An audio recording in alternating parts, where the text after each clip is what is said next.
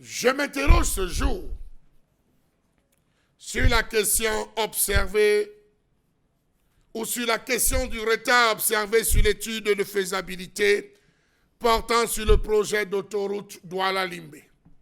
Encore des autoroutes. Le projet visait à établir une liaison autoroutière entre le port de Limbé, les grandes villes et les pays voisins. On nous avait dit en son temps qu'il s'agira de construire une autoroute qui permettra de relier la ville de Douala à celle de Limbé sur un linéaire total de 70 km. Cette autoroute présentera sous forme de 2 fois 3 voies directement mises en service, avec une plateforme large de 33,5 mètres, des bandes d'arrêt de 3 mètres chacune et un terre-plein central de 3 mètres. L'autoroute en vue devrait se raccorder à la voie périphérique de Douala et se situer donc dans la continuité de l'autoroute Yaoundé-Douala.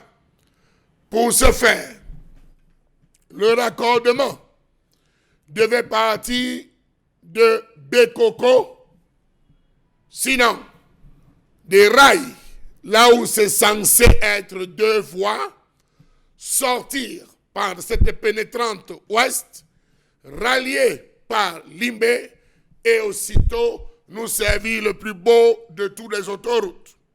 Les études de faisabilité Douala-Limbé avaient été lancées en 2016. On dit que c'est fini, dit-on. Mais on dit que ce n'est pas encore disponible.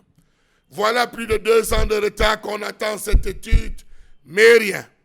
Comment comprendre ces lenteurs observées dans la réalisation d'une infrastructure comme celle-ci qui permettra de rallier la capitale économique du Cameroun à la cité balnéaire au sud-ouest où se trouve l'unique raffinerie du pays qui a été ravagée par un incendie en mai 2019.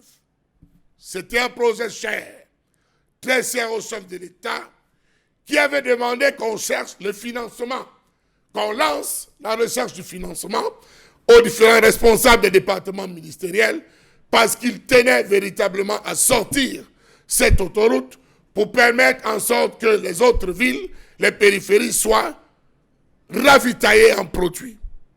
On perd le temps sur l'étude d'une autoroute Douala-Limbé de seulement 70 km. On prend plus de 2 ans pour réfléchir, pour analyser, pour calculer. Calculer quoi? Personne ne sait. Un montant de 850,35 millions de francs CFA avait déjà été décaissé pour financer les études de faisabilité et l'avant-projet sommaire mené par le groupe Aegis.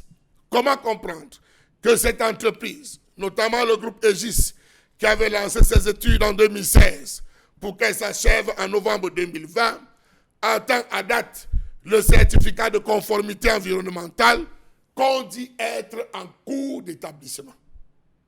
4 ans pour avoir un certificat de conformité environnementale en cours d'établissement.